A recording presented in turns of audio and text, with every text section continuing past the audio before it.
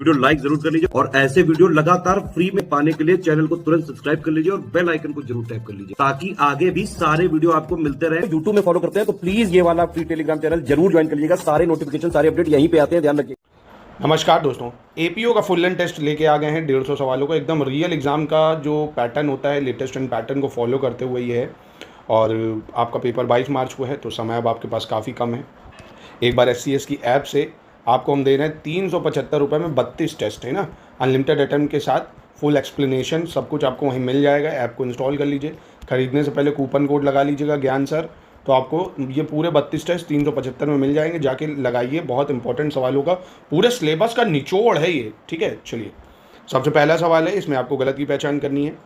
कह रहा है 11 नवंबर 2023 को भारत के जो गृह मंत्री अमित शाह, इन्होंने लोकसभा में भारतीय न्याय संहिता यानी BNS 2023 पेश किया था। और ये जो BNS है, इसने 1860 की IPC का स्थान लिया है। 1 जुलाई 2024 को BNS 2023 प्रवर्तन की तिथि है, यानी इन्फोर्स हुआ है 1 जुलाई 2024 से। तो कौन सा इसमें से गलत है, ये आपको पहचानना है। तो आप देखेंगे अमित शाह जी ने इसको जो पेश किया था वो 11 अगस्त 2023 को पेश किया था, ठीक है। यहाँ पे 11 अगस्त होना चाहिए, बाकी ये दोनों ठीक हो जाएंगे, ठीक है। चलो, क्वेश्चन नंबर 2 पे गलत की पहचान करनी है। यहाँ पे आपको भारतीय न्याय संहिता 2023 की जो धारा 1 है, संहिता का शीर्षक और प्रवर्तन से संबंधित है, यानी ये डील करता है title and enforcement of the code.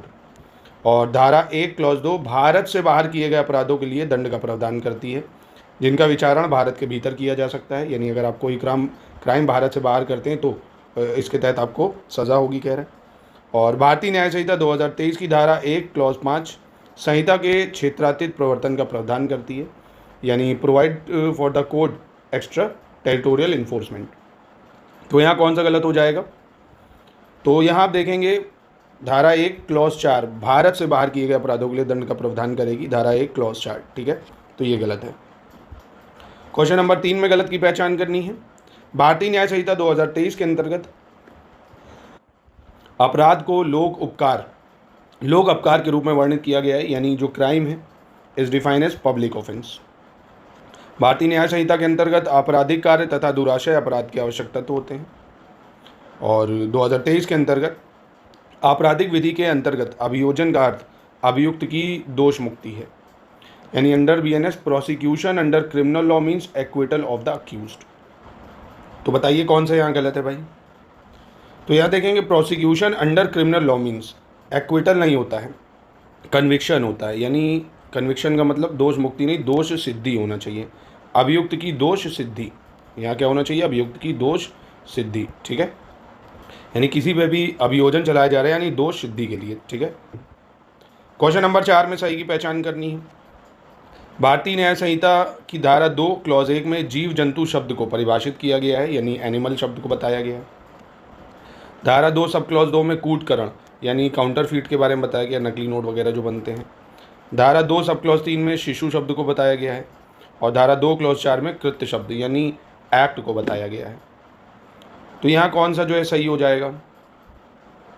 तो BNS की धारा 2 सेक्शन 2 क्लॉज 3 में चाइल्ड के बारे में बताया गया है, ये बिल्कुल सही हो जाएगा। एनिमल के बारे में बात करें अगर, तो एनिमल की जो बताई गई है वो बताई गई है आपको धारा 2 सब क्लॉज 2 में, ठीक है। और धारा 2 सब क्लॉज 1 में एक्ट यानी कृत्य के बारे में बताया गया है। काउंटरफीट की अगर बात करें तो इसको जो है 2 क्लॉज 4 में बताया गया है ना। तो ये आपको याद रखना है, ये इंटरचेंज है।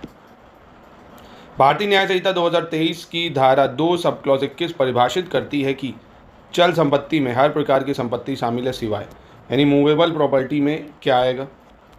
भूमि, भूबद्ध चीज़ें, भूबद्ध किसी चीज़ से स्थायी रूप से अकड़ी हुई है, यानी permanently fastened to anything which is attach to the earth. कौन सा यहाँ पे सही होगा मूवेबल प्रॉपर्टी के अंतर्गत? तो ये तीनों सही हो जाएंगे, आप देखेंगे, ठीक है। क्वेश्चन नंबर 6 देख लेते हैं, इसमें गलत की पहचान करनी है। भारतीय न्याय संहिता 2023 के अंतर्गत 7 वर्ष से कम आयु का बच्चा विधि के अंतर्गत अपराध करने में अक्षम माना जाता है। भारतीय न्याय संहिता 2023 के अंतर्गत R बनाम डुडले एंड स्टीफन वाद आवश्यकता के आधार पर बचाव से संबंधित है। भारतीय न्याय संहिता 2023 के अंतर्गत मैकनॉटन मामला चित्त विकृति की प्रतिरक्षा से संबंधित सिद्धांतों को बताता है, यानी मैकनॉटन केस जो है under the BNS explain the principle relating to the defence of unsoundness of mind. तो बताइए यहाँ कौन सा गलत हो जाएगा। तो यहाँ कोई गलत नहीं है, ये तीनों ठीक हो जाएंगे। चलिए आगे बढ़ते हैं। क्वेश्चन नंबर 7 में भी गलत की पहचान करनी है। बीएनएस की धारा 38, इसमें शरीर की प्राइवेट प्रतिरक्षा में मृत्यु कारित करने का प्रावधान है कि आप प्राइवेट डिफेंस में किसी को मार सकते हैं, सेक्शन 38 ऑफ बीएनएस। भारतीय न्याय संहिता 2023 के अंतर्गत धारा 40 में संपत्ति की प्राइवेट प्रतिरक्षा में मृत्यु कारित कर सकते हो आप, है ना, अपनी जो प्राइवेट प्रॉपर्टी है उसको बचाने के चक्कर में डेथ कर सकते हो, सेक्शन 40 कह रहा है। और भारतीय न्याय संहिता 2023 के तहत शरीर की निजी रक्षा का अधिकार मृत्यु की आशंका, अपहरण एवं एसिड अटैक के मामले में मृत्यु कारित करने तक विस्तारित है। तो कौन सा गलत है यहाँ? तो देखिए, अपनी प्रॉपर्टी की रक्षा करते हुए आप किसी की हत्या भी कर सकते हो, ये सेक्शन 41 में है बीएनएस के। किसमें है? सेक्शन 41 में है बीएनएस के। क्वेश्चन नंबर 8 पे आ जाते हैं। इसमें भी आपको गलत की पहचान करनी है। भारतीय न्याय संहिता 2023 का जो अध्याय 4 है, इसमें आपराधिक षड्यंत्र की परिभाषा बीएनएस में दी गई है।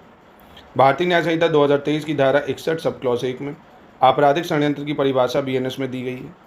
और 2023 की धारा 61 क्लॉज 2 में आपराधिक षड्यंत्र के लिए दंड का प्रावधान करती है और आपराधिक षड्यंत्र के लिए न्यूनतम 3 व्यक्तियों की आवश्यकता होती है। तो यहाँ कौन सा गलत हो जाएगा ये आपको बताना है। तो आप देखेंगे क्रिमिनल कंस्पायरेसी के लिए मिनिमम 3 नहीं 2 लोगों की आवश्यकता होती है। मिनिमम कितने? 2 लोगों की। ठीक है, चलो क्वेश्चन नंबर 9 में गलत की पहचान करनी है। भारतीय न्याय संहिता 2023 जो है, इसकी धारा 61 बलात् संघ के अपराध को परिभाषित करती है, यानी रेप को बताती है, सेक्शन 61। किसी लड़की की सहमति से यौन संबंध बनाना बलात् संघ की श्रेणी में आता है यदि वह 18 वर्ष से कम आयु की है, और यदि एक्स 18 वर्ष से कम आयु की अपनी पत्नी के साथ उसकी सम्मति से संभोग करता है तो वह बलात्कार का दोषी होगा। कौन सा इसमें से गलत है ये आपको बताना है। तो आप देखेंगे रेप जो है बीएनएस में सेक्शन 63 में बताया गया है। किस में बताया गया है रेप के बारे में? सेक्शन 63 में बताया गया। ये सारे सेक्शन आपको याद करने होंगे, पूछता है एग्जाम में। फिर क्वेश्चन नंबर 10 पे आ जाते हैं। इसमें गलत की पहचान करनी होगी आपको। ये है 10, है ना, ये 4 स्टेटमेंट दिए हुए हैं आपको। कह रहा है बीएनएस की धारा 110 में आपराधिक मानव वध का प्रयत्न करने का प्रावधान है, यानी provide attempt to commit culpable homicide. और 109 में हत्या के प्रयत्न से संबंधित है। 109 क्या है? Deal with attempt to murder.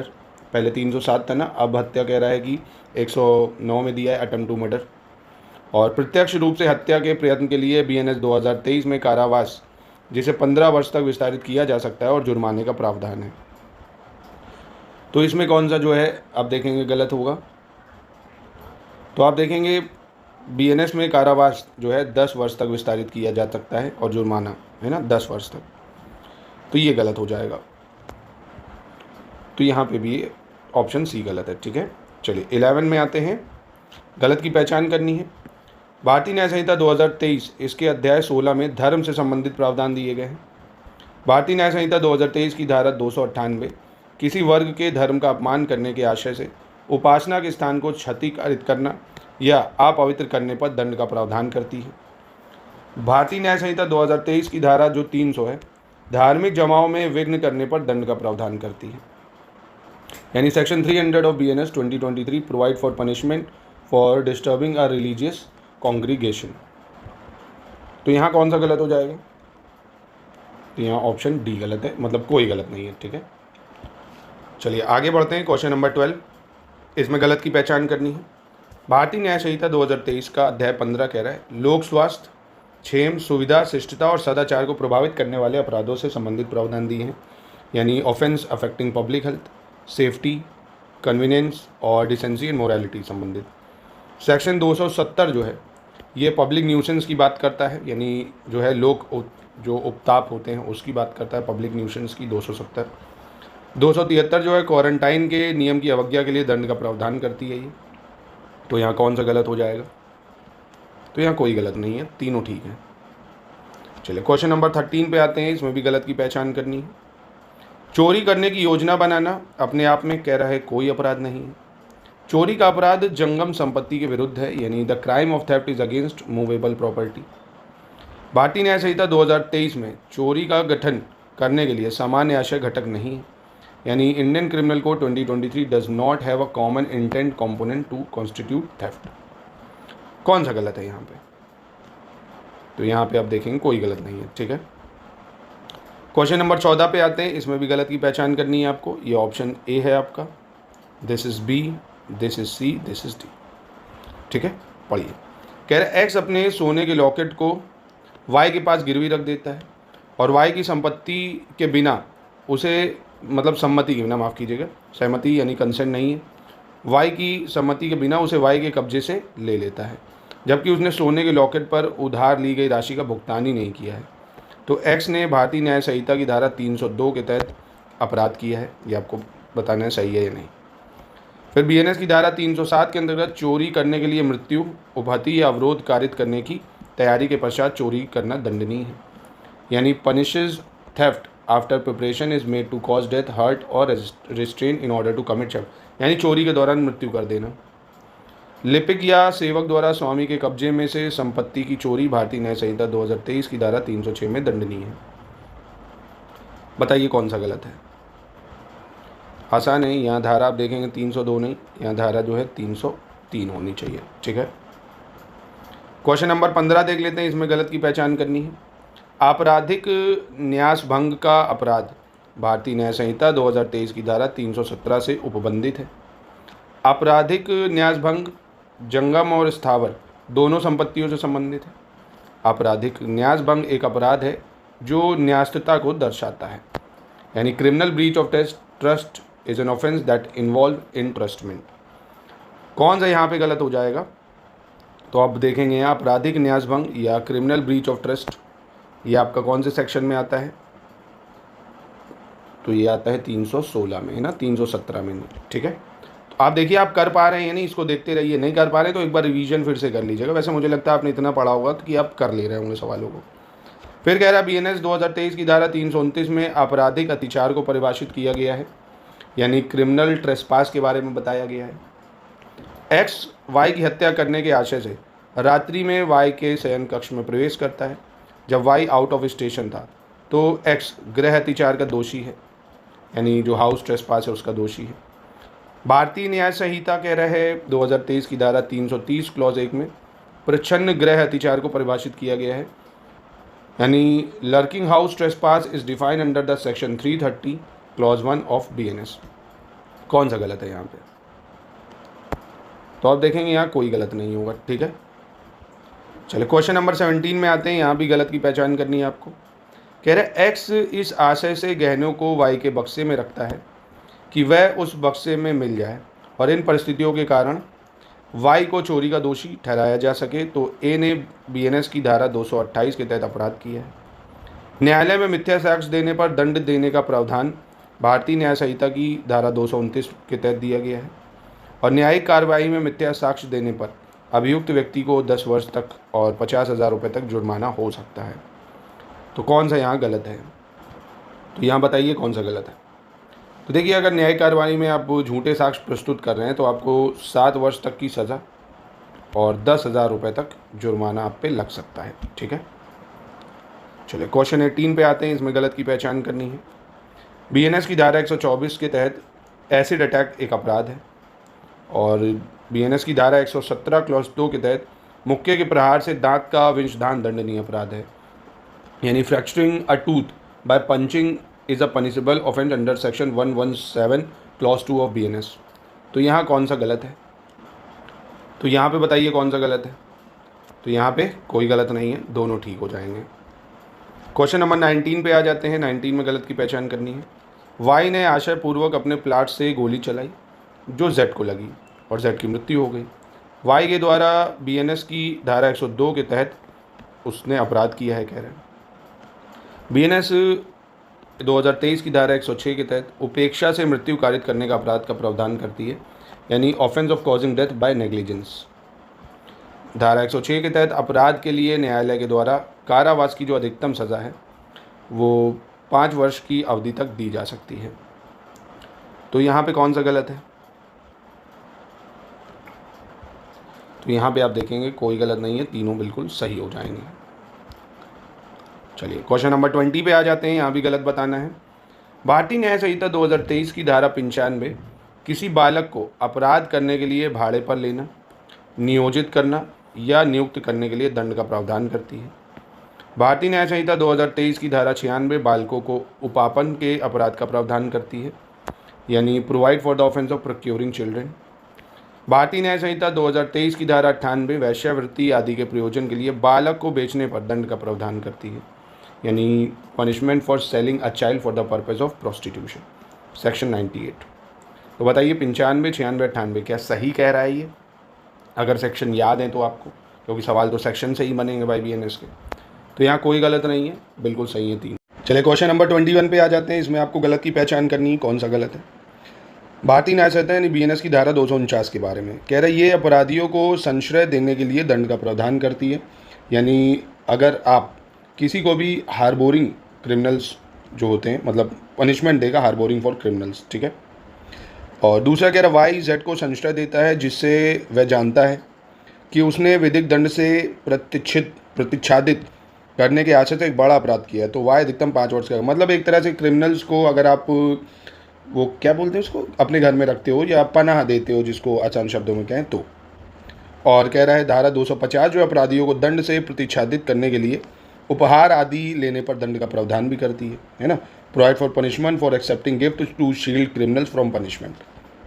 तो यहाँ गलत कौन सा हो जाएगा? तो ये कोई गलत नहीं है, तीनों सही हो जाएंगे यहाँ पे। क्वेश्चन नंबर 22 पे आते हैं। यहाँ गलत की पहचान करनी है। कह रहे हैं धारा 126 में सदोष अवरोध को परिभाषित किया गया है, यानी रॉन्गफुल रिस्ट्रेन को बताया गया है। जो कोई किसी व्यक्ति को स्वेच्छया ऐसा बाधा डालता है कि उस व्यक्ति को जिसमें उस व्यक्ति को जाने का अधिकार है जाने से निवारित कर दे, वह सदोष अवरोध है। यानी whoever voluntarily obstruct any person so as to prevent that person from having access to any places to which that person has a right to have access commit wrongful restraint।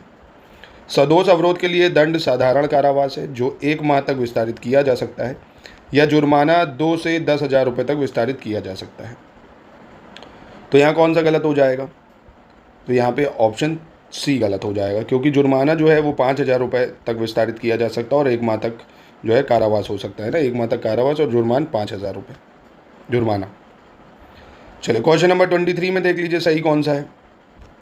कह रहा धारा 116 में घोर उपहति के अपराध को परिभाषित किया गया है, यानी ऑफेंस ऑफ ग्रीवियस हर्ट को बताया गया है।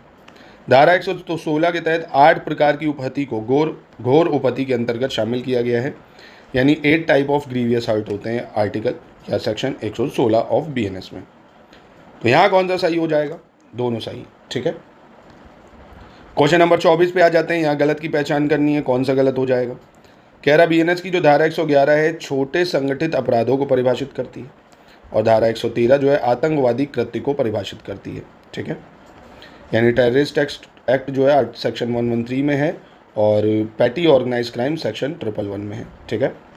तो यहाँ गलत कौन सा है? तो यहाँ गलत हो जाएगा सेक्शन 1, क्योंकि छोटे संगठित अपराध जो है ये सेक्शन 112 में दिए हुए हैं, ठीक है। और एपीओ का एडमिट कार्ड भी आ चुका है, आपने देख ली होगी। तो अब अपना रिवीजन जो है फास्ट कर दीजिए। अब आपके पास बहुत कम समय बचा हुआ है, 22 मार्च को पेपर है, 8 जनपदों में ही ये परीक्षा है। आप सभी को अग्रिम बधाई। मॉक टेस्ट जरूर लगा लीजिए, ज्ञान सर एजुकेशन ऐप या स्टडी फॉर सिविल सर्विसेज की ऐप में मिल जाएंगे। 32 मॉक टेस्ट आपको है ना, दबा के प्रैक्टिस कर लीजिए। अब एपीओ की पूरी आपको जो टेस्ट सीरीज है मिल जाएगी लेटेस्ट पैटर्न के अनुसार, 32 टेस्ट। कूपन कोड है ज्ञान सर। चलिए क्वेश्चन नंबर 25 पे आते हैं। इसमें आपको बताना है कि बीएनएस की निम्नलिखित में से किस धारा के अनुसार संगठित अपराध का अर्थ व्यपहरण, लूट, यौन चोरी, उद्यापन, भूमि हथियाना, संविदा हत्या करना, आर्थिक अपराध, साइबर अपराध, व्यक्तियों की तस्करी, ड्रग्स, हथियार या अवैध माल या सेवाओं का दुर्व्यापार, वेश्यावृत्ति या फिरौती के लिए मानव दुर्व्यापार। यानी ये जो चीज़ें हैं ये सब इलीगल हैं। कौन से सेक्शन में दिया हुआ है ये आपको बताना है। तो ये सेक्शन 111। कौन सा है? सेक्शन 111। चलिए क्वेश्चन नंबर 26 में आ जाते हैं। यहाँ पे भी आपको गलत की पहचान करनी है। मानव शरीर को प्रभावित करने वाले जो अपराध हैं भारतीय न्याय संहिता 2023 के अध्याय 5 के अंतर्गत प्रावधानित किए गए हैं। बीएनएस 2023 की धारा 100 जो है आपराधिक मानववध को परिभाषित करती है, यानी कल्पेबल होमिसाइड को बताती है। बीएनएस की धारा 101 जो है हत्या को परिभाषित करती है, यानी मर्डर को बताती है, सेक्शन 101। तो यहाँ कौन सा गलत हो जाएगा? तो यहाँ गलत हो जाएगा पहला, है ना, क्योंकि मानव शरीर को प्रभावित करने वाले जो अपराध हैं वो बीएनएस के अध्याय 6 में दिए हुए हैं, ठीक है। चलिए क्वेश्चन नंबर 27 पे आ जाते हैं। 27 क्या कह रहे हैं? इसमें सही की पहचान करनी है आपको। बीएनएस की जो धारा 47 है, भारत में अपराध के लिए भारत से बाहर दुष्प्रेरण से संबंधित प्रावधान दिया गया है भाई। और 2023 की बीएनएस की जो धारा 48 है, एक प्रकार के मौलिक अपराध से संबंधित है। तो यहाँ कौन सा सही है? तो कोई नहीं सही होगा यहाँ, क्योंकि भारत के बाहर अपराध करना जो है यह सेक्शन 48 में दिया हुआ है, और धारा जो 49 है वो मौलिक अपराध से संबंधित है, सेक्शन 49। ठीक है, 28 पे आ जाते हैं। यहाँ गलत की पहचान करनी है। शपथ यानी ओथ की बात कर रहा है, ये धारा 2 क्लॉज 23 के अंतर्गत परिभाषित की गई है। अपराध यानी क्राइम जो है धारा 2 सब क्लॉज 24 के अंतर्गत परिभाषित है। लोप यानी ओमिशन धारा 2 सब क्लॉज 25 के अंतर्गत परिभाषित है। तो यहाँ कौन सा गलत हो जाएगा? यहाँ देखेंगे आप, कोई गलत नहीं है। ठीक है, चलो 29 को पढ़ो। कह रहा है एक्स एक सैनिक विधि के समादेशों के अनुरूप अपने वरिष्ठ अधिकारियों के आदेश से भीड़ पर गोली चलाता है तो एक्स ने कोई अपराध नहीं किया है। उसकी प्रतिरक्षा भारतीय न्याय संहिता 2023 की किस धारा के अंतर्गत आती है भाई? तो ये आएगी किस धारा के अंतर्गत? सेल्फ डिफेंस सेक्शन 14 में। ठीक है, चलो 30 पे आ जाते हैं। थोड़ा स्पीड अपनी बढ़ाइए क्योंकि समय अब आपके पास कम है। रिवीजन के लिए ये टेस्ट बेस्ट है, पूरे सिलेबस का निचोड़ मिल जाएगा आपको यहाँ पे। भारतीय न्याय संहिता की धारा 11 कह रहा है एकांत परिरोध का प्रावधान करती है, यानी सॉलिटरी कन्फाइनमेंट की बात करती है। भारतीय न्याय संहिता 2023 की धारा 11 एकांत परिरोध के लिए 3 महीने की अवधि तक सज़ा आपको दिला सकती है। ठीक है, कौन सा इसमें से सही होगा? तो ये दोनों यहाँ ठीक हो जाएंगे। चलो 31 में गलत की पहचान करनी है। भारतीय नागरिक सुरक्षा संहिता 25 नवंबर 2023 राष्ट्रपति की सहमति प्राप्त हुई थी। भारतीय नागरिक सुरक्षा संहिता 2023 की प्रवर्तन तिथि 1 जुलाई 2024 है, और बीएनएस 2023 में 39 अध्याय 531 धाराएं हैं। तो यहाँ गलत कौन सा है? तो देखिए, इसमें राष्ट्रपति की जो स्वीकृति है वो 25 दिसंबर 2023 को मिली थी। ठीक है, 25 दिसंबर 2023 को। ठीक है, क्वेश्चन नंबर 32 पे आते हैं। यहाँ गलत की पहचान करनी है। भारतीय नागरिक संहिता जो है 2023, इसका विस्तार नागालैंड राज्य और जनजातीय क्षेत्रों को छोड़कर संपूर्ण भारत पर है। बीएनएस 2023 का प्रावधान जो है अध्याय 9, 11 और 12 से संबंधित प्रावधानों के सिवाय नागालैंड में लागू नहीं होगा। बीएनएस 2023 का अध्याय 3 दांडिक न्यायालयों और कार्यालयों के गठन से संबंधित है। तो यहाँ कौन सा गलत हो जाएगा भाई? तो ये ऑप्शन 3 गलत है। यहाँ अध्याय 3 नहीं है, यहाँ पे अध्याय 2 होना चाहिए। ठीक है, चलो क्वेश्चन नंबर 33 देख लेते हैं। यहाँ पे आपको सही की पहचान करनी है। बीएनएस 2023 की धारा 1 के प्रयोजन के लिए जनजातीय क्षेत्रों का अर्थ असम जैसा कि संविधान की 6ठी अनुसूची के पैरा 20 में विहित है। मतलब tribal area means Assam as specified in paragraph 20 of section schedule. जमानत शब्द को बीएनएस 2023 की धारा 2 क्लॉज बी में परिभाषित किया गया है। किसको? बेल को या जमानत को। कौन सा सही है? तो ये दोनों ठीक है यहाँ पे। चलिए क्वेश्चन नंबर 34 पे आते हैं। गलत की पहचान करनी है। भारतीय नागरिक सुरक्षा यानी बीएनएस 2023 की धारा 2 का जांच को परिभाषित करती है, इंक्वायरी को परिभाषित करती है, और इसी के अंतर्गत जांच जो है मजिस्ट्रेट या न्यायालय के द्वारा की जाती है। जांच मजिस्ट्रेट के द्वारा प्रथम दृष्टया मामले का पता लगाने की दृष्टि से की जाती है। तो गलत कौन सा है यहाँ पे? यहाँ कोई गलत नहीं होगा। 35 पे आ जाते हैं। बीएनएस का निम्नलिखित में से कौन सी धारा न्यायिक कार्रवाई शब्द को परिभाषित करती है, यानी जुडिशियल प्रोसीडिंग्स को परिभाषित करती है? बीएनएस का कौन सा सेक्शन? जुडिशियल प्रोसीडिंग बीएनएस का सेक्शन कौन सा है? 2M है। सेक्शन कौन सा है? 2M है। ठीक है, क्वेश्चन नंबर 36 में आपको गलत की पहचान करनी है। बीएनएस की धारा 2Z वारंट मामले को परिभाषित करती है, वारंट केसेस को बताती है। मृत्युदंड, आजीवन कारावास या 2 वर्ष से अधिक अवधि के कारावास से दंडनीय अपराध से संबंधित मामले को वारंट मामला कहा जाता है। 2 वर्ष से अधिक अवधि के कारावास से दंडनीय अपराध का मामला वारंट मामला कहा जाता है। तो यहाँ कौन सा सही है? मतलब गलत है? कोई गलत नहीं है। चलिए क्वेश्चन नंबर 37 पे आ जाते हैं। इसमें सही की पहचान करनी है। बीएनएस 2023 की धारा 7 प्रादेशिक खंड से संबंधित है। बीएनएस 2023 के अंतर्गत प्रादेशिक खंड और जिलों की सीमाएं राज्य सरकार उच्च न्यायालय के परामर्श के बाद परिवर्तित कर सकती है। तो यहाँ पे कौन सा सही है? तो यहाँ आप देखेंगे दोनों ठीक है। 38 में गलत की पहचान करनी है अब आपको। बीएनएस 2023 की जो धारा 8 है ये न्यायिक मजिस्ट्रेटों की नियुक्ति से संबंधित है, जुडिशियल मजिस्ट्रेट की अपॉइंटमेंट से। जिले में न्यायिक मजिस्ट्रेट के न्यायालयों को राज्य सरकार उच्च न्यायालय के परामर्श के बाद स्थापित किया जाता है। न्यायिक मजिस्ट्रेटों के न्यायालय के पीठासीन अधिकारियों की नियुक्ति उच्च न्यायालय करता है। तो बताइए यहाँ पे कौन सा गलत हो जाएगा। तो न्यायिक मजिस्ट्रेटों की नियुक्ति जो है धारा 9 के अंतर्गत होती है। किसमें होती है? सेक्शन 9 के अंतर्गत। चलिए क्वेश्चन नंबर 39 पे आ जाते हैं। बीएनएस की धारा 21 के अनुसार निम्नलिखित में से कौन से न्यायालय भारतीय न्याय संहिता 2023 के तहत मामलों की सुनवाई कर सकते हैं? उच्च न्यायालय, सत्र न्यायालय या कोई अन्य न्यायालय जिसके द्वारा ऐसे अपराध पहली अनुसूची में निर्दिष्ट किए गए हैं जो विचारणीय है। तो इसमें कौन सा सही होगा सेक्शन 21 के अकॉर्डिंग? तो 1, 2, 3 तीनों स्टेटमेंट यहाँ ठीक हो जाएंगे। क्वेश्चन नंबर 40 में सही की पहचान करनी है। अपर मुख्य न्यायिक मजिस्ट्रेट 7 वर्ष तक के कारावास का दंडादेश दे सकता है यानी जो एडिशनल चीफ जुडिशियल मजिस्ट्रेट है 7 वर्ष तक, और प्रथम वर्ग मजिस्ट्रेट का न्यायालय जो है अधिकतम 3 वर्ष तक की अवधि तक के लिए कारावास का दंड दे सकता है। तो यहाँ पे कौन सा सही होगा? तो ये दोनों ठीक हो जाएंगे। चलिए क्वेश्चन नंबर 41 पे आते हैं। यहाँ पे भी गलत की पहचान करनी है। बीएनएस की धारा 18 लोक अभियोजकों की नियुक्ति से संबंधित है भाई, पब्लिक प्रोसिक्यूटर की नियुक्ति से संबंधित है। उच्च न्यायालय के लिए एक लोक अभियोजक की नियुक्ति राज्य सरकार या केंद्र सरकार द्वारा उच्च न्यायालय के परामर्श के बाद की जाती है। लोक अभियोजक राज्य और केंद्र दोनों का प्रतिनिधित्व करता है। तो यहाँ पे कौन सा गलत हो जाएगा? तो यहाँ पे गलत है सी। पब्लिक प्रोसिक्यूटर जो है सिर्फ स्टेट को रिप्रेजेंट करता है, सेंटर को नहीं करता है। ठीक है, चले क्वेश्चन नंबर 42 पे आ जाते हैं। इसमें भी आपको गलत की पहचान करनी है। राष्ट्रीय राजधानी क्षेत्र दिल्ली लोक अभियोजकों की नियुक्ति केंद्र सरकार दिल्ली उच्च न्यायालय के परामर्श के द्वारा की जाती है। किसी जिले के लिए लोक अभियोजक नियुक्त करने के लिए राज्य सरकार प्राधिकृत है। विशेष लोक अभियोजकों की नियुक्ति जो है केंद्र या राज्य सरकार कर सकती है।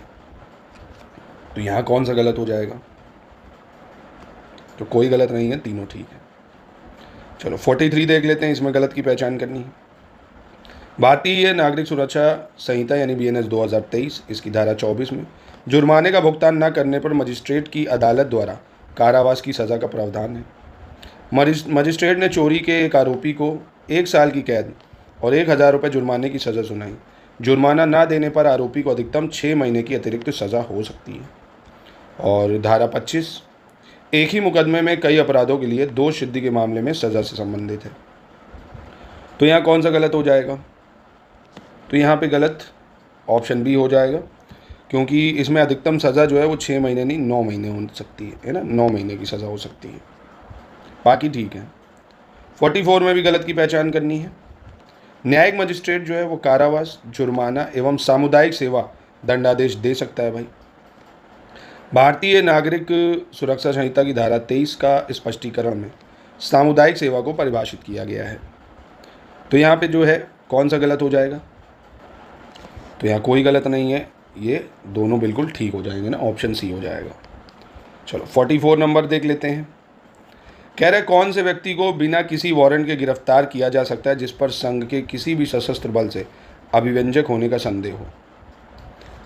एसपी को, पुलिस इंस्पेक्टर को, एनी पुलिस ऑफिसर या कोई भी पुलिस अधिकारी, यानी बिना वारंट के गिरफ्तार किया जा सकता है जिस पर संघ के किसी सशस्त्र बल से अभिव्यंजक, यानी कह सकते हो इंग्लिश में देखें तो who among the following may arrest without warrant any person who is suspected of being a deserter from any armed force of the union.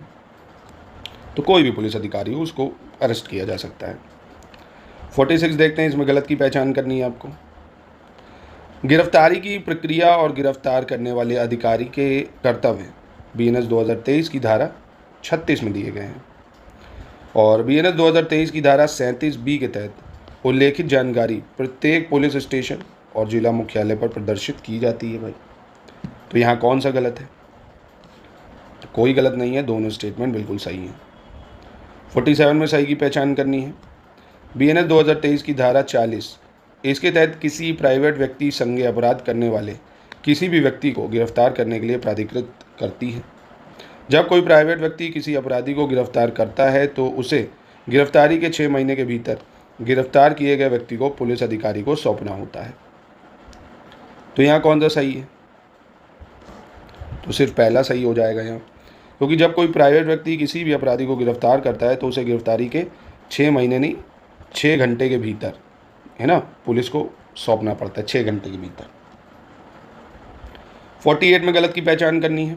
भारतीय नागरिक सुरक्षा संहिता यानी BNS की धारा 42 सशस्त्र बलों के सदस्यों को गिरफ्तारी से संरक्षण प्रदान करती है। 2023 की धारा 42 के तहत गिरफ्तारी से सशस्त्र बलों के सदस्यों को संरक्षण प्राप्त है। केंद्र सरकार की सहमति प्राप्त करने के अलावा संघ के सशस्त्र बलों के किसी भी सदस्य को अपने आधिकारिक कर्तव्यों के निर्वहन में किए गए किसी भी कार्य के लिए गिरफ्तार नहीं किया जाएगा। तो कौन सा गलत है? तो गलत तो यहाँ कोई नहीं है भाई। 49 में कह रहे धारा 51 क्लॉज 3 के तहत अभियुक्त की परीक्षण रिपोर्ट को किसके तुरंत अग्रेषित किया जाता है, यानी the examination report of the accused is immediately forwarded to whom among the following? मुख्य न्यायिक मजिस्ट्रेट, अन्वेषण अधिकारी, जिला मजिस्ट्रेट या पुलिस अधीक्षक। तो ये जो इन्वेस्टिगेशन ऑफिसर होता है उसको भेजा जाता है। चलो 50 नंबर देख लेते हैं, गलत की पहचान करनी है। BNS की जो धारा 72 है, गिरफ्तारी वारंट का प्रारूप और अवधि को प्रावधानित करती है भाई। किसी दांडिक मामले में गिरफ्तारी जो है वारंट पर हस्ताक्षर मुख्य कार्यकारी अधिकारी द्वारा किए जाते हैं। गिरफ्तारी का वारंट कब तक लागू रहता है? जब तक कि उसे निष्पादित या रद्द नहीं कर दिया जाता है। तो कौन सा गलत है? तो यहाँ आप देखेंगे ऑप्शन 2 गलत है ना, क्योंकि गिरफ्तारी वारंट पर हस्ताक्षर जो है वो पीठासीन अधिकारी करता है। न्यायालय का जो अधिकारी होता है पीठासीन, वो करता है ना, पुलिस नहीं, न्यायालय का पीठासीन अधिकारी। ठीक है, न्यायालय का पीठासीन अधिकारी। चलो क्वेश्चन नंबर 51 में सही की पहचान करनी है। कह रहे हैं धारा 2D में जमानत पत्र शब्द को परिभाषित किया गया है। धारा 2E में जमानती अपराध अजमानती अपराध शब्द को परिभाषित किया गया है। धारा 2C में बंद पत्र को परिभाषित किया गया है। तो यहाँ पे आप देखेंगे सही की पहचान करनी है आपको। तो सही है सिर्फ पहला वाला, है ना। जमानती अपराधों की अगर बात करें ना, ये जो है दिया गया है आपका 2C में, बंद पत्र 2E में दिया हुआ है। ठीक है, याद रखिएगा। मतलब जो जमानती अजमानती अपराध हैं वो आपके 2C में है और बंद पत्र जो है वो 2E में है। चलिए आगे बढ़ते हैं, क्वेश्चन नंबर 52 पे आ जाते हैं। इसमें आपको सही की पहचान करनी है। भारतीय नागरिक सुरक्षा संहिता 2023, इसकी धारा 2 काम में पुलिस रिपोर्ट शब्द को बताया गया है। पुलिस अधिकारी द्वारा भारतीय नागरिक सुरक्षा संहिता की धारा 193(3) के तहत मजिस्ट्रेट को भेजी गई रिपोर्ट को पुलिस रिपोर्ट के रूप में जाना जाता है। तो यहाँ कौन सा सही है? तो यहाँ सिर्फ 2 सही हो जाएगा। ठीक है, क्योंकि ये 2T में दिया हुआ है। चलिए 53 में देख लेते हैं, गलत की पहचान करनी है। भारतीय नागरिक सुरक्षा संहिता यानी BNS 2023 की धारा 2Q में अपराध शब्द को परिभाषित किया गया है। धारा 2.5 में लोक अभियोजक शब्द को परिभाषित किया गया है। लोक अभियोजक शब्द का अर्थ है भारतीय नागरिक सुरक्षा संहिता 2023 की धारा 17 के तहत नियुक्त कोई भी व्यक्ति एवं लोक अभियोजक के निर्देशन में कार्य करने वाला कोई भी व्यक्ति होता है। तो यहाँ कौन सा गलत है भाई?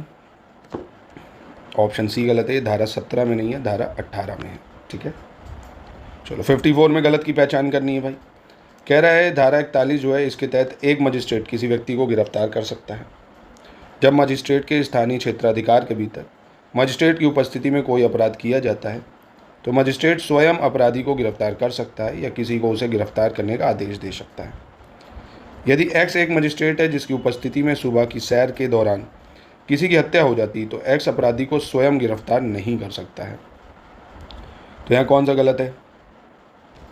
ऑप्शन C गलत है भाई यहाँ पे, क्योंकि जब मजिस्ट्रेट का स्थानीय अगर क्षेत्राधिकार है उसके भीतर उसकी उपस्थिति में अपराध हो जाता है तो मजिस्ट्रेट स्वयं उसको गिरफ्तार कर सकते हैं ना, उसे किसी के आदेश की जो है वो नहीं ज़रूरत है, वो खुद आदेश दे सकता है। यही गलत है। 55 में सही की पहचान करनी है। धारा 63 इसके प्रावधान में कहा गया है कि पुलिस स्टेशन या न्यायालय के रजिस्ट्रार पता, ईमेल और फ़ोन नंबर या ऐसे अन्य ब्यौरे जिन्हें राज्य सरकार नियमों द्वारा उपबंधित करती है उसको अभिलेखित करने के लिए एक रजिस्टर रखना होगा।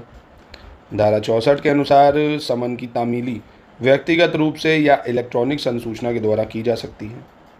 और धारा 67 के तहत निगमित निकायों, फर्मों और सोसाइटियों पर समन तामील की जाती है। तो कौन सा यहाँ सही होगा? तो यहाँ आप देखेंगे सिर्फ ऑप्शन बी सही हो जाएगा, क्योंकि ये 64 क्लॉज 1 में दिया हुआ है और ये 65 में दिया हुआ है ना। चलो 56 देख लेते हैं, इसमें भी गलत की पहचान करनी है। बीएनएस 25 दिसंबर 2023 को राष्ट्रपति की सहमति प्राप्त हुई है और इसका प्रवर्तन 1 जुलाई 2024 को हुआ है।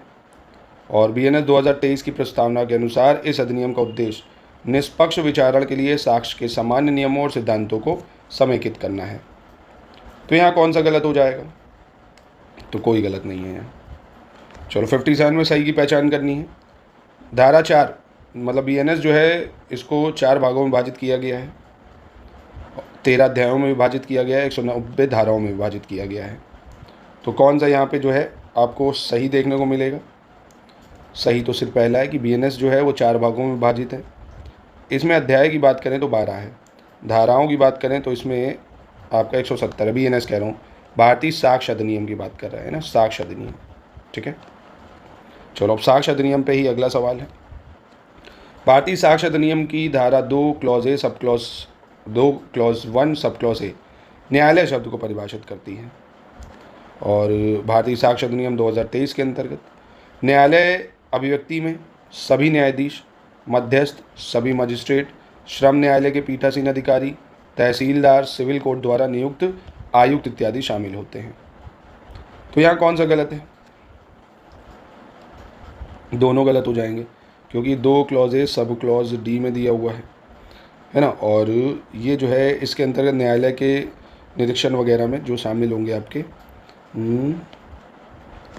सभी न्यायालय मतलब सभी न्यायाधीश आ जाएंगे, ये सब है ना। न्यायालय के अभिव्यक्ति में ये नहीं होगा। चलो क्वेश्चन नंबर 59 में देख लेते हैं, इसमें सही बताना है।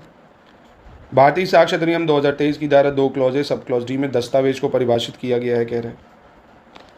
भारतीय साक्ष्य अधिनियम 2023 के अंतर्गत न्यायालय के निरीक्षण हेतु प्रस्तुत किए गए दस्तावेज में एक लिखित दस्तावेज, एक व्यंग्य चित्र, एक इलेक्ट्रॉनिक और एक डिजिटल अभिलेख पत्थर पर उत्कीर्ण एक शिलालेख इत्यादि शामिल होते हैं। तो यहाँ कौन सा सही है? तो ये दोनों ठीक हो जाएंगे यहाँ। चलिए क्वेश्चन नंबर 60 में गलत की पहचान करनी है आपको, कौन सा गलत होगा। भारतीय साक्ष्य अधिनियम 2023 की धारा 2 clause A sub clause F तथ्य को परिभाषित करती है और 2 clause A sub clause F के अंतर्गत तथ्य का अर्थ फैक्टम प्रोबेंडम एवं फैक्टम प्रोवेंस होता है। तो यहाँ कौन सा गलत है? तो दोनों नहीं गलत है, तीनों मतलब दोनों स्टेटमेंट सही है ना, एक गलत है ना। तो 61 में बताना कौन सा गलत है। धारा भारतीय साक्ष्य अधिनियम की 2 क्लॉज ए सब क्लॉज जी विवादक तथ्य को परिभाषित करती है, यानी फैक्ट्स इन इश्यूज उसको परिभाषित करती है या डिफाइन करती है। विवादक तथ्य का तात्पर्य ऐसे तथ्य जिनका अस्तित्व या अनस्तित्व पक्षकारों द्वारा विवादित होता है। Fact in issue means a fact the existence और non existence of which is disputed by the parties. और भारतीय साक्ष्य अधिनियम 2023 के अंतर्गत विवादित तथ्य पक्षकारों द्वारा दावा किए गए या अस्वीकार किए गए किसी अधिकार का अस्तित्व तथा पक्षकारों द्वारा दावा किए गए या अस्वीकार किए गए किसी अक्षमता का अस्तित्व होता है। तो यहाँ पे कौन सा गलत है? तो कोई गलत नहीं है यहाँ। 62 में देखते हैं, इसमें सही की पहचान करनी है आपको। तथ्यों की सुसंगतता भारतीय साक्ष्य अधिनियम 2023 के भाग 2 में प्रावधानित है। भारतीय साक्ष्य अधिनियम 2023 की धारा 2 क्लॉज ए सब क्लॉज के सुसंगत को परिभाषित करती है। तो यहाँ कौन सा सही है? दोनों सही हो जाएंगे यहाँ। चलो 63 देख लेते हैं, इसमें गलत की पहचान करनी है आपको। अभियुक्त व्यक्ति की शिनाख्त भारतीय साक्ष्य अधिनियम 2023 की धारा 7 से संबंधित है। भारतीय साक्ष्य अधिनियम 2023 की धारा 7 शिनाख्त परेड को स्वीकार्य बनाती है। शिनाख्त परेड एक प्रकार का अनुश्रुत साक्ष्य है, यानी an identification parade is a type of hearsay evidence. तो यहाँ कौन सा गलत हो जाएगा? तो यहाँ पे गलत है ऑप्शन सी। शिनाख्त परेड एक प्रकार का आप देखेंगे मौलिक साक्ष्य है। ठीक है, ये मौलिक साक्ष्य है। 64 में सही बताना है। धारा 9 के तहत वे तथ्य जो अन्यथा सुसंगत नहीं है कब सुसंगत हो जाते हैं, ये शब्द आते हैं। भारतीय साक्ष्य अधिनियम 2023 की धारा 10 प्ली ऑफ एलिबी के संबंध में प्रावधान करती है और धारा 11 जो है इसमें तथ्यों की सुसंगतता से संबंधित अवशिष्ट धारा कही जाती है। तो यहाँ कौन सा सही है? तो यहाँ सिर्फ पहला सही हो जाएगा, है ना, क्योंकि अन्यथा सुसंगत जो है नहीं है, और कब सुसंगत हो जाए ये शब्द आते हैं, है ना। सिर्फ ये वाला ही सही होगा। दूसरा गलत है, क्योंकि धारा 9 जो है ये प्ली ऑफ एलिबी से संबंधित है, और धारा 9 में ही अवशिष्ट धारा कही गई है सुसंगतता को, यहाँ भी 9 होना चाहिए। 65 में सही की पहचान करनी है। मन या शरीर की दशा या शारीरिक संवेदना का अस्तित्व दर्शित करने वाले तथ्य भारतीय साक्ष्य अधिनियम 2023 की धारा 12 के तहत सुसंगत है। भारतीय साक्ष्य अधिनियम 2023 की धारा 13 के तहत किसी भी मानसिक दशा के अस्तित्व को दर्शित करने वाले तथ्य आशय, ज्ञान एवं सद्भावना पूर्वक से संबंधित होते हैं। तो कौन सा सही हो जाएगा यहाँ? तो सिर्फ पहला सही है यहाँ पे, ठीक है, क्योंकि ये धारा 12 में दिया हुआ है। 66 में गलत की पहचान करनी है। भारतीय साक्ष्य अधिनियम 2023 का जो भाग 3 है सबूत के विषय में या सबूत के विषय से संबंधित है। भारतीय साक्ष्य अधिनियम 2023 की धारा 51 कहती है कि न्यायिक रूप से अवेक्षणीय तथ्य को साबित करने की आवश्यकता नहीं होती है। अध्याय 3 में ऐसे तथ्य हैं जिन्हें साबित करने की आवश्यकता नहीं है, इससे संबंधित प्रावधान है। तो यहाँ कौन सा गलत है? तो कोई गलत नहीं होगा यहाँ। 67 में गलत की पहचान करनी है। भारतीय साक्ष्य अधिनियम 2023 की धारा 53 औपचारिक स्वीकृति से संबंधित है। धारा 55 के तहत मौखिक साक्ष्य सभी मामलों में प्रत्यक्ष होने चाहिए, और एच का कहना है कि वाई ने उसे बताया कि ए ने बी को मार डाला है, तो यह एक प्रकार का मौलिक साक्ष्य है। तो यहाँ कौन सा गलत है? तो यहाँ पे गलत है ऑप्शन सी, क्योंकि ये मौलिक साक्ष्य नहीं, अनुश्रुत साक्ष्य, अनुश्रुत, ठीक है। अनुश्रुत का मतलब कह सकते हैं हियर से एविडेंस। क्वेश्चन नंबर 68 में गलत की पहचान करनी है। भारतीय साक्ष्य अधिनियम 2023 की धारा 55 इस सिद्धांत को मान्यता देती है कि अनुश्रुत साक्ष्य कोई साक्ष्य नहीं है। अध्याय 4 दस्तावेजी साक्ष्य से संबंधित है, और धारा 56 दस्तावेजों की अंतर वस्तु के सबूत के संबंध में नियम निर्धारित करती है। तो इसमें कौन सा गलत हो जाएगा? तो यहाँ पे आप देखेंगे आपका ऑप्शन बी गलत हो जाएगा, क्योंकि ये अध्याय जो है ये 5 में दिया हुआ है दस्तावेजी साक्ष्य। चलिए 69 में गलत की पहचान करनी है। भारतीय साक्ष्य अधिनियम 2023 की धारा 74 जो है लोक दस्तावेजों को परिभाषित करती है। किसी संप्रभु प्राधिकारी के कृत्यों या कार्यवाहियों का रिकॉर्ड बनाने वाले दस्तावेजों को लोक दस्तावेजों के रूप में वर्गीकृत किया जाता है। प्राइवेट दस्तावेजों को लोक अभिलेख राज्य क्षेत्र में रखा जाता है।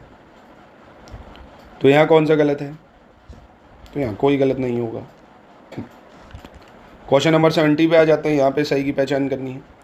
भारतीय साक्ष्य अधिनियम 2023 की धारा 92 जो है लिखत को लिखत से ही साबित किया जाना चाहिए, इससे उपबंधित है। 2023 की धारा 93 केवल उन समव्यवहारों के लिए है जो विधि के तहत लिखित रूप में होने चाहिए। धारा 94 केवल उन समव्यवहारों के लिए जो लिखित रूप से कम होते हैं। तो यहाँ पे कौन सा सही है? तो यहाँ पे सिर्फ आप देखेंगे ऑप्शन सी सही है ना, क्योंकि यहाँ पे भी धारा 94 होना चाहिए और यहाँ पे भी धारा 94 होना चाहिए। 71 देखते हैं, इसमें गलत की पहचान करनी है। भारतीय साक्ष्य अधिनियम 2023 का जो अध्याय 7 है दस्तावेजी साक्ष्य द्वारा मौखिक साक्ष्य के अपवर्जन से संबंधित है। भारतीय साक्ष्य अधिनियम 2023 की धारा 95 द्विपक्षीय दस्तावेज पर लागू होती है, और धारा 95 के अंतर्गत मौखिक करार के साक्ष्य के अपवर्जन को प्रावधान किया गया है। तो यहाँ पे कौन सा गलत है? तो यहाँ गलत है आपका ऑप्शन 1, यहाँ होना चाहिए था अध्याय 6, ठीक है। फिर कह रहा है भारतीय साक्ष्य अधिनियम 2023 की निम्नलिखित में से कौन सी धारा यह प्रावधान करती है कि न्यायाधीश साक्ष्य की स्वीकार्यता पर निर्णय करेगा, यानी प्रोवाइड दैट जज shall decide on the admissibility of evidence. तो ये आपका सेक्शन 141, ठीक है। चलिए अगला देखते हैं, इसमें सही की पहचान करनी होगी। भारतीय साक्ष्य अधिनियम 2023 की धारा 168 में प्रावधान है कि साक्ष्य की अनुचित स्वीकृति या अस्वीकृति के आधार पर कोई नया मुकदमा नहीं होगा। और BNS 2023 की धारा 169 में प्रावधान है कि साक्ष्य की अनुचित स्वीकृति या अस्वीकृति के आधार पर कोई नया मुकदमा नहीं होगा। धारा 173 में प्रावधान है कि साक्ष्य की अनुचित स्वीकृति या स्वीकृति के आधार पर कोई नया मुकदमा नहीं होगा, या यही चीज़ 171 में है। कौन सा सही है? तो ये धारा 169 है, ठीक है। 74 में गलत की पहचान करनी है। भारतीय साक्ष्य अधिनियम 2023 के तहत भारत में एक न्यायाधीश के पास प्रासंगिक तथ्यों की खोज करने या उसके उचित साक्ष्य प्राप्त करने के उद्देश्य से गवाहों या तर्क के पक्षों से पूछताछ करने की शक्ति है। धारा 168 के तहत न्यायालय किसी साक्षी एवं किसी भी पक्षकार से प्रश्न कर सकता है। तो यहाँ कौन सा गलत होगा? तो यहाँ गलत कोई नहीं है, ठीक है। 75 देखते हैं, इसमें गलत की पहचान करनी है। भारतीय साक्ष्य अधिनियम 2023 की धारा 168 के अंतर्गत किसी भी स्तर पर किसी भी व्यक्ति की स्वप्रेरणा से परीक्षा करने की न्यायालय की शक्ति प्रावधानित है। धारा 162 के अंतर्गत एक साक्षी अपनी स्मृति ताजा कर सकता है। तो यहाँ कौन सा गलत है? तो यहाँ कोई गलत नहीं है। 76 में गलत की पहचान करनी है। पुलिस अधिनियम 1861 को गवर्नर जनरल की जो अनुमति है वो 22 मार्च 1862 को मिली थी। पुलिस अधिनियम 1861 में कुल 47 धाराएं थी। उत्तर प्रदेश संशोधन अधिनियम 2001 के द्वारा पुलिस अधिनियम 1861 के अंतर्गत धारा 2 का एवं 8 का को जोड़ा गया था। कौन सा गलत है भाई? तो यहाँ कोई गलत नहीं है। 77 में गलत की पहचान करनी है। उत्तर प्रदेश पुलिस अधिनियम एवं नियमावली के अंतर्गत पुलिस बल के संगठन, वर्गीकरण और वितरण से संबंधित नियम बनाने की शक्ति महानिरीक्षक को दी गई है। नागरिक उड्डयन कार्मिक शब्द को पुलिस अधिनियम 2001 द्वारा शामिल किया गया था। तो यहाँ कौन सा गलत है? कोई गलत नहीं है। 78 में गलत की पहचान करनी है। पुलिस अधिनियम 1861 के अधीन कारित अपराधों के लिए कार्रवाइयाँ अधिनियम के अधीन कारित अपराधों के लिए कार्रवाइयाँ परिवादित कार्य किए जाने के पश्चात 3 माह के अंतर्गत किया जा सकता है। जिला मजिस्ट्रेट पुलिस डायरी को मंगवाने और निरीक्षक के लिए स्वतंत्र होते हैं। पुलिस अधिनियम 1861 की धारा 44 में कहा गया है कि जिला मजिस्ट्रेट सभी शिकायतों के विवरणों, शिकायतकर्ताओं के नाम आदि वाली डायरी का निरीक्षण करने के लिए स्वतंत्र होंगे। तो यहाँ भी आप देखेंगे कोई गलत नहीं है। चलिए 79 को ध्यान से पढ़िए, यहाँ पे आपको सही की पहचान करनी होगी कौन सा सही है। उत्तर प्रदेश पुलिस रेगुलेशन, इसमें कह रहा 39 धाराएं हैं। उत्तर प्रदेश पुलिस रेगुलेशन में 554 पैरा हैं और 27 पैराओं को निकाल दिया गया है। कौन सा यहाँ सही होगा? तो आप देखेंगे यहाँ पे 37 धाराएं हैं, 39 नहीं, ये गलत है। 2 और 3 ठीक हो जाएंगे। 80 में आपको गलत की पहचान करनी है। जिला मजिस्ट्रेट को साधारणतया प्रत्येक पुलिस थाने का आर्थिक वर्ष में एक बार निरीक्षण करना चाहिए। जिले के पुलिस बल का प्रधान जो है जिला मजिस्ट्रेट होता है। प्रधान मतलब जिले के पुलिस बल का प्रधान जिला मजिस्ट्रेट होता है। और अपराध रजिस्टर पैरा 16 में है। तो गलत है यहाँ पुलिस अधीक्षक जो होगा, है ना, कौन होगा? पुलिस अधीक्षक या एसपी जो कह सकते हो, है ना, हेड ऑफ पुलिस फोर्स कह सकते हो। एसपी बहुत पावर होती है एसपी में। जिले की बात कर रहे हैं ना, जिले में। फिर उससे भी ऊपर कप्तान साहब आ गया एसएसपी। अब जहाँ कमिश्नरेट लगे एसएसपी हट के वहाँ पुलिस कमिश्नर आ गया। 81 में सही की पहचान करनी है। रेलवे से मालगाड़ी से वस्तुओं की व्यापक चोरी की घटना पर कार्रवाई रेलवे पुलिस का अधीक्षक या जिले का पुलिस अधीक्षक कर सकता है। चौकीदारों या चौकीदार के कर्तव्यों से संबंधित प्रावधान दंड प्रक्रिया संहिता की धारा 40 के अंतर्गत पैराग्राफ 129 में है। तो यहाँ पे कौन सा सही है? तो ये दोनों सही हैं। 82 में गलत की पहचान करनी है। कह रहा पंचायतनामा एक पुलिस अधिकारी या मजिस्ट्रेट द्वारा आयोजित किया जाता है। पैराग्राफ 133 के अंतर्गत शव को मरणोत्तर शव परीक्षण के लिए भेजा जाता है और उंगलियों के निशान हमेशा उप निरीक्षक स्तर है उससे नीचे के अधिकारी की देखरेख में नहीं लिए जाने चाहिए उंगलियों के निशान। तो यहाँ पे कौन सा गलत है? ये गलत है, यहाँ पैरा 134 होना चाहिए था। चलो 83 पे आ जाते हैं। थोड़ा स्पीड बढ़ाएंगे, है ना, जल्दी ही करेंगे, रिवीजन करते रहिए, क्योंकि वीडियो को पॉज करिए, पढ़िए, फिर अटेम्प्ट करिए। सारे पूरे सिलेबस का निचोड़ है इसमें। 83 में गलत बताना है। चिकित्सा अधिकारी द्वारा आकस्मिक प्राथमिक चिकित्सा के बारे में पैराग्राफ 143 का में है। पैराग्राफ 147 का के अंतर्गत लोकसभा एवं विधानसभा सदस्यों की गिरफ्तारी करने के लिए पुलिस अधिकारियों को सशक्त किया गया है। स्पीकर को लोकसभा या विधानसभा के सदस्यों की गिरफ्तारी की सूचना दी जाती है। तो यहाँ कौन सा गलत है? तो कोई गलत नहीं है, तीनों ठीक है। 84 में गलत बताना है। पैरा 155, 164 यानी पैरा 155 विचाराधीन कैदियों के लिए हथकड़ी और बेड़ी के उपयोग का प्रावधान करता है। पैरा 164 किशोर अपराधियों के साथ पुलिस के व्यवहार को नियंत्रित करने वाले नियमों का प्रावधान करता है। मुख्यालय को भेजी गई संपत्ति सीधे लोक अभियोजक को भेजी जाती है। तो कौन सा गलत है? कोई गलत नहीं होगा यहाँ। 85 में गलत की पहचान करनी है। पुलिस महानिदेशक यानी डीजीपी की बात कर रहा है, अधीनस्थ प्राधिकारी के अपील के अयोग्य या दोष मुक्ति के मामले के किसी आदेश का पुनर्निरीक्षण कर सकता है और उसमें परिवर्तन कर सकता है। पुनरीक्षण की शक्ति का प्रयोग करने के लिए आदेश की तिथि से 6 माह के अंदर आदेश के अभिलेख को मंगाया जाना चाहिए। एक प्राधिकारी पुनरीक्षण की शक्ति का प्रयोग केवल एक बार कर सकता है। तो यहाँ बताइए कौन सा गलत हो जाएगा? तो कोई गलत नहीं है। अब क्वेश्चन 86 है, इसमें राष्ट्रीय प्रतीक के संबंध में गलत बताना है कौन सा है। ठीक है, यानी राज्य प्रतीक सारनाथ संग्रहालय में अशोक के सिंह शीर्ष का एक रूपांतर है। राष्ट्रीय प्रतीक के निचले भाग में 4 छोटे जानवर घोड़ा, बैल और शेर, हाथी बने हुए हैं। राष्ट्रीय प्रतीक को भारत सरकार ने 26 जनवरी 1949 को अपनाया था, कह रहा है। और चौथा कह रहा है नीचे अंकित सत्यमेव जयते मुंडक उपनिषद से लिया गया है। तो यहाँ पे कौन सा जो है गलत हो जाएगा? तो आसान है काफ़ी। राष्ट्रीय प्रतीक को भारत सरकार ने 26 जनवरी 1949 नहीं 1950 को अपनाया है। ठीक है, 87 में गलत की पहचान करनी है। राष्ट्रीय ध्वज का डिज़ाइन कह रहा है 22 जुलाई 1949 को अपनाया गया था। केंद्र में स्थित चक्र का डिज़ाइन जो है अशोक के सारनाथ सिंह स्तंभ के स्तंभ से लिया गया है। केंद्र में स्थित धर्म चक्र में 24 तीलियाँ हैं। और राष्ट्रीय ध्वज का प्रदर्शन भारतीय ध्वज संहिता 2002 द्वारा नियंत्रित होता है, जो 26 जनवरी 2002 को लागू हुआ है। तो यहाँ पे कौन सा गलत है? तो आप देखेंगे राष्ट्रीय ध्वज का हमने 22 जुलाई 1947 को अपनाया था, ये गलत हो जाएगा, बाकी सही है। 88 में गलत बताना है। राष्ट्रगान जनगण मन जो है मूल रूप से भारत के प्रथम नोबेल पुरस्कार विजेता रविन्द्रनाथ टैगोर द्वारा 11 दिसंबर 1911 को बंगाल में रचित था, जिसका शीर्षक था भारतो भाग्यो विधाता। दूसरा कह रहा है राष्ट्रगान जनगण मन पहली बार 27 दिसंबर 1911 को भारतीय राष्ट्रीय कांग्रेस के कोलकाता अधिवेशन में गाया गया था। तीसरा कह रहा है राष्ट्रगान जनगण मन को 24 जनवरी 1950 को राष्ट्रगान के रूप में अपनाया गया था।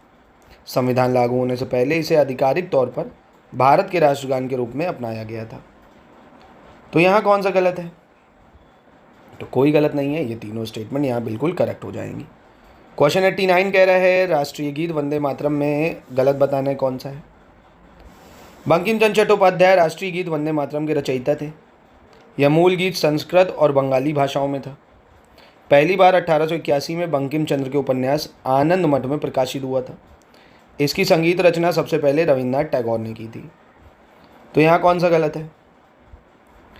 तो ये उपन्यास आप देखेंगे 1882 में जो है आनंद मठ उपन्यास में प्रकाशित हुआ था, ये गलत है।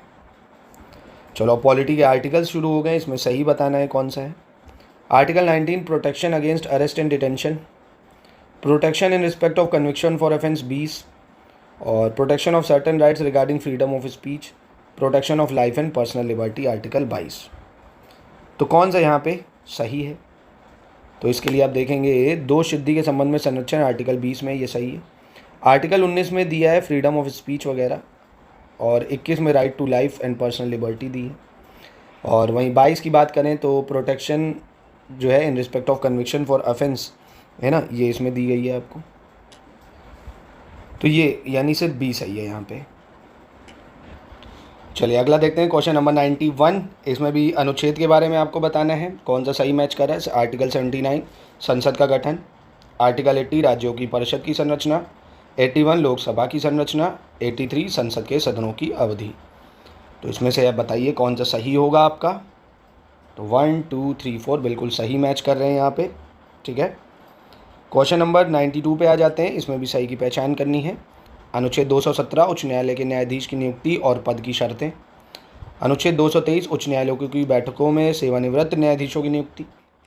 अनुच्छेद 224 कार्यवाहक मुख्य न्यायाधीश की नियुक्ति। 224 है अतिरिक्त एवं कार्यवाहक न्यायाधीशों की नियुक्ति, appointment of additional and acting जजेस। तो यहाँ पे कौन सा सही है? तो आप देखेंगे appointment and condition of the office of a जज ऑफ हाई कोर्ट, ये बिल्कुल सही है 217, क्योंकि कार्यवाहक मुख्य न्यायाधीश की अगर बात करें ये आता है आपका 223 में, और उच्च न्यायालयों की बैठकों में सेवानिवृत्त यानी रिटायर्ड जो जजेस होते हैं उनकी अपॉइंटमेंट की अगर बात करें तो ये 224 ए में है। अतिरिक्त एवं कार्यवाहक जजेस की बात करें अगर तो ये आपका किस में आ जाता है? ये आ जाता है आपका 200 किस में आ जाएगा ये, 224 में, ठीक है। चलो क्वेश्चन नंबर 93 देख लेते हैं। इसमें आपको गलत बताना है। रेगुलेटिंग एक्ट 1773 का पहला दस्तावेज है, वह पहला दस्तावेज जिसमें केंद्रीय प्रशासन की नींव रखी गई थी। वॉरेन हेस्टिंग बंगाल के पहले गवर्नर जनरल थे। रेगुलेटिंग एक्ट 1773 की खामियों को दूर करने के लिए ब्रिटिश संसद ने 1782 का संशोधन अधिनियम पारित किया, जिसे सेटलमेंट एक्ट भी कहा जाता है। तो यहाँ पे कौन सा गलत हो जाएगा, तो ये है 1781 का संशोधन अधिनियम, जिसे सेटलमेंट एक्ट कहते हैं, 82 का नहीं, ये गलत है। 94 में गलत की पहचान करनी है। 1793 के चार्टर अधिनियम ने भारत के साथ व्यापार के एकाधिकार को 20 वर्षों के लिए और बढ़ा दिया था। 1833 के चार्टर अधिनियम ने भारत में कंपनी के व्यापारिक एकाधिकार को समाप्त कर दिया था, अर्थात भारतीय व्यापार सभी ब्रिटिश व्यापारियों के लिए खोल दिया गया था। 1833 के चार्टर अधिनियम ने गवर्नर जनरल की परिषद में एक वैधानिक सदस्य जोड़ा था और मैकाले वैधानिक सदस्य के रूप में शामिल होने वाला पहला व्यक्ति था। तो यहाँ पे गलत कौन सा है भाई, तो आप देखेंगे यहाँ पे दूसरा गलत हो जाएगा। यहाँ 1833 नहीं, 1813 का चार्टर है, ठीक है। चलो क्वेश्चन नंबर 95 में गलत की पहचान करनी है। संविधान सभा के गठन का जो विचार है, सबसे पहले एम.एन. रॉय ने 1934 में दिया था। 1935 में भारतीय राष्ट्रीय कांग्रेस ने भारत का अपना संविधान बनाने के लिए आधिकारिक तौर पर एक संविधान सभा की मांग की थी। कैबिनेट मिशन योजना के तहत नवंबर 1947 में संविधान सभा का गठन हुआ था और महात्मा गांधी ने सुझाव दिया था कि भारतीय राष्ट्रीय कांग्रेस का जो गठन है केवल स्वतंत्रता प्राप्ति के लिए किया गया था, भारत की स्वतंत्रता के बाद इसे भंग कर देना चाहिए। तो यहाँ पे कौन सा गलत हो जाएगा 95 में, तो आप देखेंगे कैबिनेट मिशन योजना ये नवंबर 1946 में आई थी, इसलिए ये गलत हो जाएगा। 96 में गलत की पहचान करनी है। संविधान सभा ने हाथी को प्रतीक चिन्ह यानी मोहर के रूप में अपनाया था। बी.एन. राव को संविधान सभा का संवैधानिक सलाहकार नियुक्त किया गया था और एस.एन. मुखर्जी को संविधान सभा का मुख्य प्रारूपकार नियुक्त किया गया था। तो इन तीनों में से कौन सा गलत हो जाएगा, तो यहाँ आप देखेंगे कोई गलत नहीं है, ये तीनों ठीक है। 97 में गलत की पहचान करनी है। जुलाई अगस्त 1946 में संविधान सभा को या संविधान सभा के चुनाव हुए थे। भारतीय राष्ट्रीय कांग्रेस ने 208 सीटें, मुस्लिम लीग ने 73 सीटें और छोटे समूह व स्वतंत्र उम्मीदवारों ने 15 सीटें जीती थी। रियासतों को आवंटित 93 सीटें खाली रह गई थी क्योंकि उन्होंने संविधान सभा से खुद को अलग रखने का फैसला किया था। तो यहाँ पे कौन सा गलत है, तो यहाँ पे ऑप्शन डी गलत हो जाएगा। क्वेश्चन नंबर 98, इसमें भी गलत की पहचान करनी है आपको। शंकरी प्रसाद केस 1951, इसमें प्रथम संशोधन अधिनियम 1953 की संवैधानिक वैधता को चुनौती दी गई थी, जिसमें संपत्ति के अधिकार पर अंकुश लगाया गया था। दूसरा कह रहा सुप्रीम कोर्ट ने माना था कि मौलिक अधिकारों में संशोधन की जो शक्ति है अनुच्छेद 368 में संशोधन की शक्ति के तहत संसद में नहीं थे। इंदिरा गांधी बनाम राजनारायण मामला 1971 में हुए लोकसभा चुनाव से संबंधित है।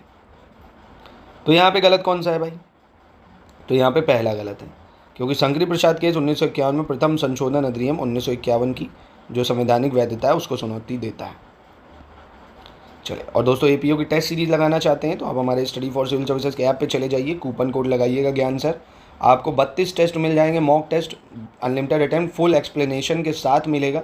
आराम से उसको लगाइए, रिवीजन आपका पूरे सिलेबस का निचोड़ है, उसमें पूरे मोस्ट इंपॉर्टेंट टॉपिक हैं, एक बार लगा सकते हैं तो मज़ा आ जाएगा आपको। क्वेश्चन नंबर 99 में गलत पहचानना है। कह रहे हैं अनुच्छेद 1, 2, 3 इसके बारे में।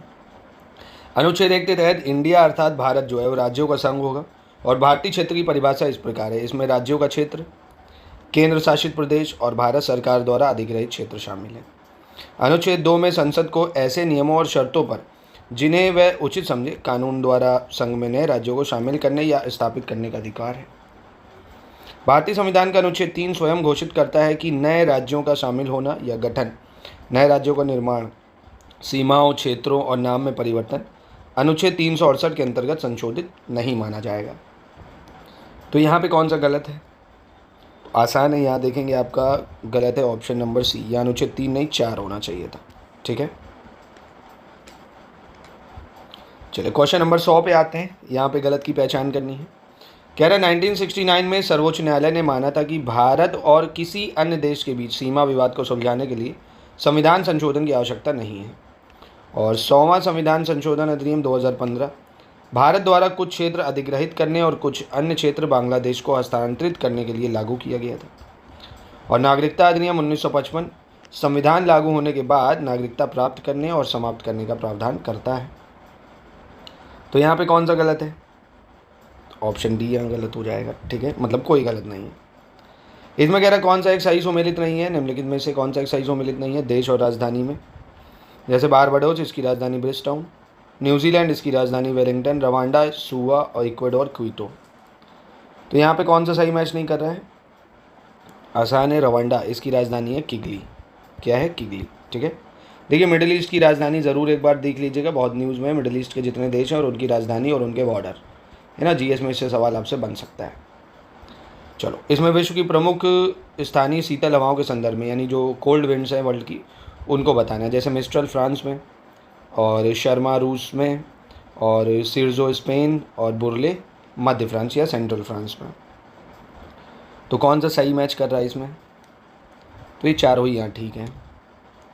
फिर कह रहे हैं इसमें सही का मैच करना है पूपो झील नाइजीरिया, मेंटेबल झील फ्रांस, और लेक पेनुएलिस बोलीविया, और ओगुटा झील चिली। तो इसमें क्या सही मैच कर रहा है आपका? तो मॉन्टेबल लेक जो है ये आपका फ्रांस में है, सही है। लेक पोपो जो है ये आपकी बोलीविया में है। लेक पोपो कहाँ पे? बोलीविया में है। और लेक पेनुएलिस की बात करें अगर, ये आपका चिली में हो जाएगा, चिली में। लेक ओगुटा जो है नाइजीरिया में हो जाएगा, ठीक है। चलिए, क्वेश्चन नंबर 104 में गलत की पहचान करनी है। शहर और नदियाँ, जैसे बगदाद इराक टिग्रिस नदी के किनारे, ऑस्ट्रेलिया का जो पर्थ है सीन नदी के किनारे, और आसवान मिस्र में नील नदी के किनारे, रोम का इटली टाइबर नदी के किनारे। तो कौन सा यहाँ पे गलत मैच कर रहा है? तो यहाँ आप देखेंगे जो ऑस्ट्रेलिया का पर्थ है ये सीन नहीं स्वान नदी के किनारे है ना, स्वान नदी, स्वान नदी, ठीक है। बाकी तीनों सही हो जाएंगे यहाँ पे। क्वेश्चन नंबर 5 में भी सही की पहचान करनी है। मैनचेस्टर कैनाल अटलांटिक ओशन और पैसिफिक ओशन को जोड़ता है। कील कैनाल नॉर्थ सी और बाल्टिक सी को। Panama Canal Mediterranean Sea and Red Sea and divide Asia and Africa. Swiss canal connect करता है मैनचेस्टर एंड आयरिश सी। तो यहाँ कौन सा जो है सही हो जाएगा ये बताना है। तो सही सिर्फ है यहाँ पे नॉर्थ सी और बाल्टिक सी को कनेक्ट करता है कील कैनाल। ये अटलांटिक और पैसिफिक को जो कनेक्ट करता है वो है पनामा कैनाल, है ना, ये है पनामा। मेडिटेरेनियन सी को रेड सी से जो कनेक्ट करता है इसको कह सकते हो आप कौन सा सागर? स्विस कैनाल, है ना, ये है स्विस कैनाल। मैनचेस्टर को आयरिश सी से जो कनेक्ट करता है वो मैनचेस्टर कैनाल है ना, ये तो नाम से ही पता चल रहा है। क्वेश्चन 106 पे आते हैं, इसमें सही की पहचान करनी है। Sakhalin largest island of Canada, Tasmania largest island state of Australia, Hokkaido largest island of Japan, Mindanao largest island of Philippines. तो यहाँ कौन सा सही है? तो तस्मानिया जो ऑस्ट्रेलिया का सबसे बड़ा द्वीप राज्य है, Tasmania largest island state of Australia, ये सही है। बाकी सैकलिन की बात करें ये रूस का है, ठीक है, और होकाकिडू तो जापान का है बट सबसे बड़ा नहीं है, दूसरा सबसे बड़ा कह सकते हो, और मिंडानाओ फिलीपींस का दूसरा सबसे बड़ा है। चलिए, 107 में जनगणना पे बेस्ड सवाल है, गलत बताना है। 10 की वृद्धि दर 16.7%, औसत वार्षिक घातीय वृद्धि दर 1.64, भारत का जनसंख्या घनत्व 382 या इनमें से कोई नहीं। कौन सा गलत है भाई? तो डिकेडल ग्रोथ रेट जो है वो है 17.7%। कितनी? 17.7%।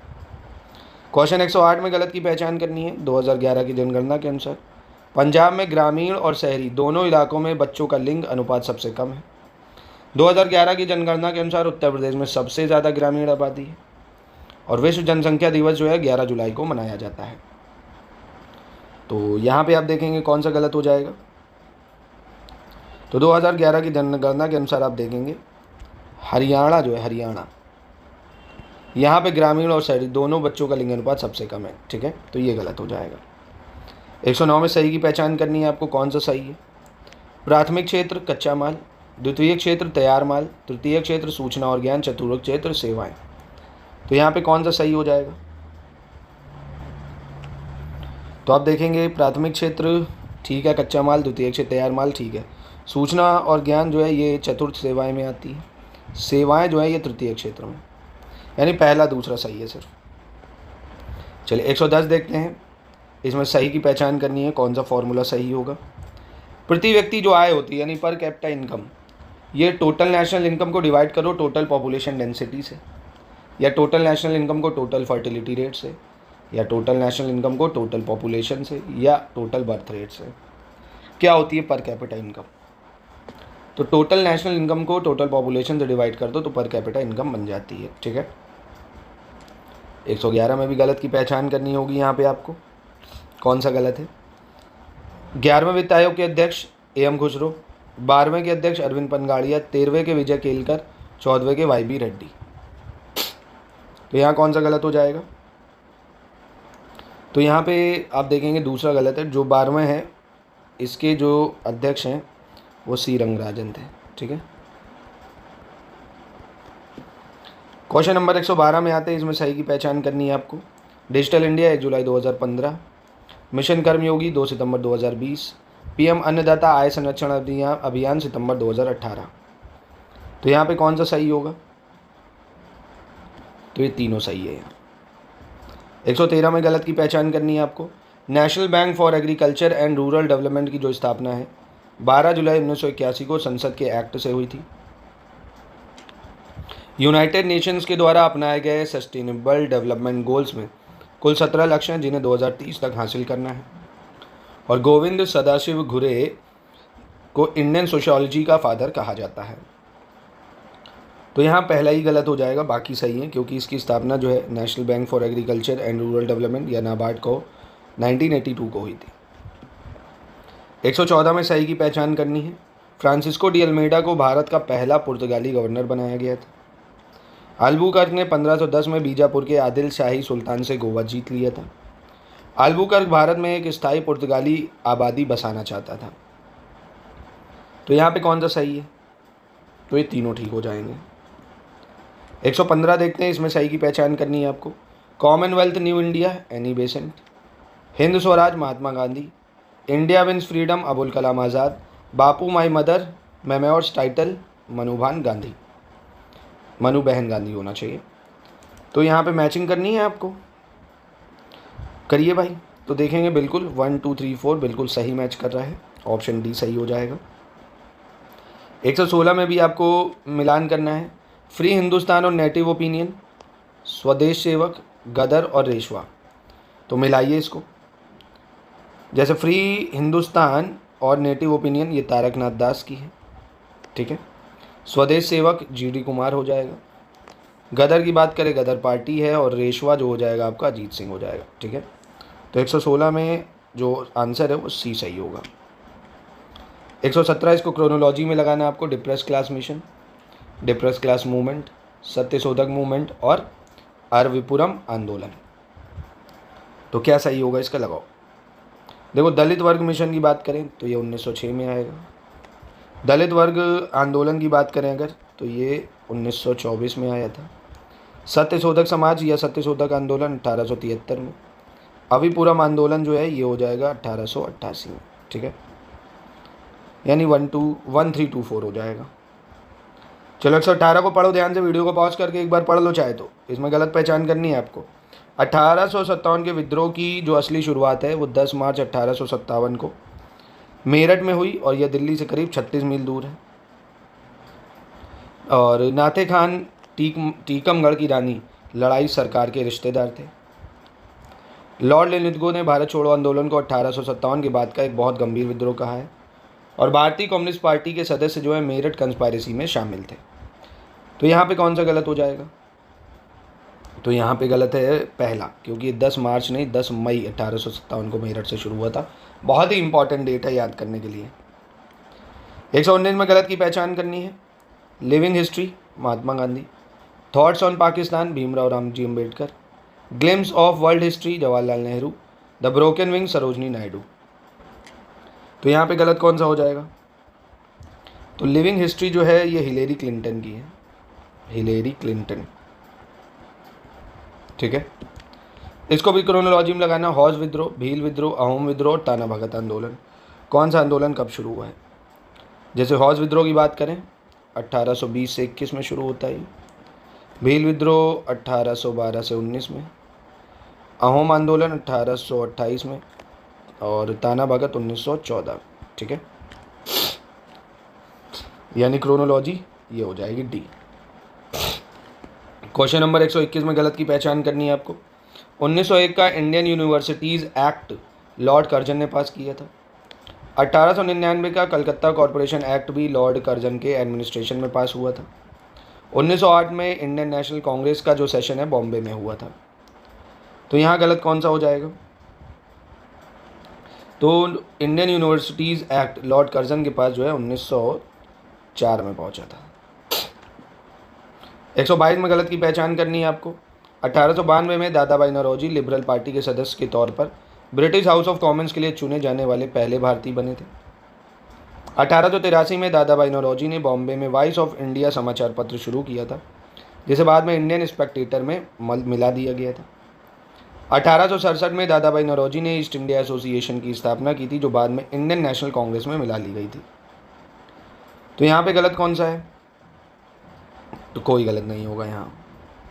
123 पे आ जाते हैं, इसमें आपको गलत बताना है। कह रहे हैं कस्टम्स लीव की पॉलिसी ब्रिटिश सरकार ने 1882 से 1894 तक अपनाई थी। 1890 में एन.एम. लोखंडे ने मुंबई मिल हैंड एसोसिएशन की स्थापना की थी। कांग्रेस वर्किंग कमेटी ने 1939 में ज़मींदारी खत्म करने की सिफारिश करते हुए एक प्रस्ताव पास किया था। और दक्कन का किसान विद्रोह मुख्य रूप से मारवाड़ी और गुजराती साहूकारों के खिलाफ था। तो यहाँ कौन सा गलत है भाई? तो आप देखेंगे कांग्रेस वर्किंग कमेटी जो है ये 1950 में ज़मींदारी ख़त्म करने की सिफारिश करती है। ठीक है, चलिए अगला फिर से मिलान करना होगा आपको 124 में। देखिए आराम से लगाइए आप, 50-50 करके 3 सेट में लगा लीजिए। 150 सवाल हैं, पर ये लगा ज़रूर लीजिए, काफ़ी महत्वपूर्ण है ये। अब ये है जैसे पल्लव राजवंश, राष्ट्रकूट, सातवाहन और कुषाण, और ये उनके राजा, मिलान करना है आपको। तो जैसे पल्लव राजवंश सिंह विष्णु, ठीक है, राष्ट्रकूट के दंती दुर्ग, सातवाहन शिमुका और कुषाण कुजूला कार्फेसिस। ठीक है, यानी 1 2 3 4 सही है। अगला इसमें प्राचीन नाम है और आधुनिक नाम है, मिलान करना है कौन सा यहाँ पे सही है। जैसे अक्षिनी झेलम, विपाशा चिनाब, पुरुषनी रावी, वितत्सा ब्यास। तो पुरुषनी रावी बिल्कुल सही हो जाएगी। अश्किनी जो है ये हम लोग चिनाब को बोलते थे। विपाशा जो है हम लोग ब्यास नदी को बोलते थे, है ना। और वितत्सा जो है ये हम लोग किसको बोलते थे? झेलम नदी को बोलते थे। इसको क्रोनोलॉजी में लगाना है। सुंग वंश का समयकाल, विक्रम संवत का समयकाल, शक संवत और कलिंग की विजय। तो सुंग वंश का समयकाल क्या है भाई? ये है 184 से 75 BC तक चलता है सुंग वंश, 184 से 75। विक्रम संवत की बात करें तो ये 57 BC तक चलता है विक्रम संवत। शक संवत शुरू होता है 78 AD में या 78 ईस्वी में कह सकते हो। कलिंग की विजय 261 BC होता है। ठीक है, यानी हो गया आपका 4 1 2 3। ठीक है, काफ़ी इंपॉर्टेंट ईयर्स हैं। फिर प्रमुख पुरातात्विक स्थल और नदी जैसे कालीबंगा, घग्गर नदी, मोहनजोदाड़ो, सतलज नदी, धौलावीला, लूनी नदी, हड़प्पा, रावी नदी। कौन सा इसमें से गलत मैच कर रहा है? बहुत ही आसान है, मोहनजोदाड़ो जता है ये सिंधु नदी के किनारे था। ठीक है, सिंधु नदी के किनारे। अब ये युद्ध है, इनको क्रोनोलॉजी में लगाना है। जैसे कन्नौज का युद्ध, कलिंजर का युद्ध, सरहिंद और तलाईकोटा का युद्ध। कन्नौज का युद्ध कब होता है? समय 1540। कलिंजर का युद्ध की बात करें 1545। सरहिंद का युद्ध 1555 और तलाईकोटा का युद्ध होता है आपका 1565। तो बिल्कुल सही है 1 2 3 4। 129 में गलत की पहचान करनी है भाई, कौन सा गलत है? दीवान बंदगन विभाग का सृजन फिरोज शाह तुगलक के शासनकाल में हुआ था। दीवान खैरात विभाग का सृजन फिरोज शाह तुगलक के शासनकाल में। दीवान इश्तियाक विभाग का सृजन फिरोज शाह तुगलक के शासनकाल में। तो यहाँ कौन सा गलत है? तो कोई गलत नहीं होगा यहाँ। 130 में गलत की पहचान करनी है आपको। भारतीय मूल की डेमोक्रेटिक नेता गजाला हाशमी हाल ही में वर्जीनिया की लेफ्टिनेंट गवर्नर चुनी गई है। पॉल बिया हाल ही में 92 वर्ष की आयु में कैमरून के राष्ट्रपति के रूप में दोबारा चुने जाने वाले दुनिया के सबसे बुजुर्ग राष्ट्रपति बन गए हैं। स्वतंत्र वामपंथी नेता कैथरीन कोनोली ने हाल ही में हीथर हम्फ्रीज को भारी मतों से हराकर आयरलैंड की 10वीं राष्ट्रपति के रूप में चुनाव जीता है। तो यहाँ कौन सा गलत है? तो यहाँ कोई गलत नहीं होगा। 131 पे आ जाते हैं। कह रहा है स्वर्गीय जेम्स वॉटसन के संदर्भ में कौन सा कथन सही होगा। जेम्स वॉटसन ने ब्रिटिश वैज्ञानिक फ्रांसिस क्रिक के साथ मिलकर 1953 में डीएनए की डबल हेलिक्स संरचना की पहचान की थी। जेम्स वॉटसन को डीएनए की डबल हेलिक्स संरचना की पहल के लिए फ्रांसिस क्रिक और मॉरिस विलिकिंस के साथ 1962 में नोबेल पुरस्कार मिला था। तो यहाँ कौन सा सही है? तो ये दोनों ठीक है यहाँ। चलो अगला देख लेते हैं। कह रहा है निम्नलिखित में से किस बुकर पुरस्कार प्राप्तकर्ता ने हाल ही में एक संस्मरण Mother Mary comes to me लिखी है? तो किसके द्वारा लिखी है Mother Mary comes to me? तो ये अरुंधति रॉय के द्वारा लिखी गई है। चलिए इसमें भी आपको गलत की पहचान करनी है। संयुक्त अरब अमीरात की शेखा नासिर अल नोवैस को हाल ही में संयुक्त राष्ट्र पर्यटन की पहली महिला प्रमुख नियुक्त किया गया है। भारतीय क्रिकेट के दिग्गज राहुल द्रविड़ को हाल ही में पारादीप फॉस्फेट्स लिमिटेड का ब्रांड एम्बेसडर नियुक्त किया गया है। ट्रांसजेंडर अधिकार कार्यकर्ता अक्कई पद्मशाली हाल ही में सर्वोच्च न्यायालय द्वारा गठित समिति में शामिल होने वाली तमिलनाडु की पहली ट्रांसजेंडर सदस्य बनी है। और federation of Indian chambers of commerce and industry ने हाल ही में आरपीजी ग्रुप के उपाध्यक्ष आनंद गोयनका को वर्ष 2025-26 के लिए अपना निर्वाचित अध्यक्ष नियुक्त किया है। तो कौन सा यहाँ गलत है? तो यहाँ आप देखेंगे ऑप्शन सी गलत हो जाएगा, क्योंकि ये तमिलनाडु की नहीं कर्नाटक की पहली ट्रांसजेंडर सदस्य बनी है, कर्नाटक। ठीक है, चलिए अगला है अक्टूबर 2025 के लिए घोषित ICC player of the month पुरस्कारों के संदर्भ में सही कथन बताना है आपको। दक्षिण अफ्रीकी पुरुष ऑलराउंडर सुनेरन मुतुसामी ने पुरुष वर्ग के लिए ICC player of the month पुरस्कार जीता है। दक्षिण अफ्रीकी महिला टीम की कप्तान लॉरा वॉल्वा डार्ट ने महिला वर्ग के लिए ICC player of the month पुरस्कार जीता है। तो यहाँ कौन सा सही हो जाएगा? तो यहाँ आप देखेंगे दोनों ठीक है। 135 में कह रहा है हरियाणा के किस जिले के 20 वर्षीय सम्राट राणा हाल ही में मिस्र के काहिरा में आयोजित ISSF वर्ल्ड चैंपियनशिप में पुरुष की 10 मीटर एयर पिस्टल स्पर्धा में स्वर्ण पदक जीतने वाले पहले भारतीय बन गए हैं? तो ये कहाँ गए हैं भाई? तो ये है करनाल से। ठीक है, 136 कह रहा है क्वांटम डायमंड माइक्रोस्कोप के संदर्भ में सही विकल्प का चयन करना है। भारत ने वैज्ञानिक नवाचार के क्षेत्र में भारतीय प्रौद्योगिकी संस्थान मद्रास के पी क्वेस्ट समूह द्वारा विकसित अपना पहला स्वदेशी क्वांटम डायमंड माइक्रोस्कोप लॉन्च किया है। क्वांटम डायमंड माइक्रोस्कोप एक उन्नत क्वांटम सेंसिंग उपकरण है जो हीरे में मौजूद नाइट्रोजन वैकेंसी केंद्रों का उपयोग करके सूक्ष्म चुंबकीय क्षेत्रों का सटीक पता लगाता है। तो यहाँ कौन सा जो है आपका सही होगा? तो ये दोनों ठीक है यहाँ।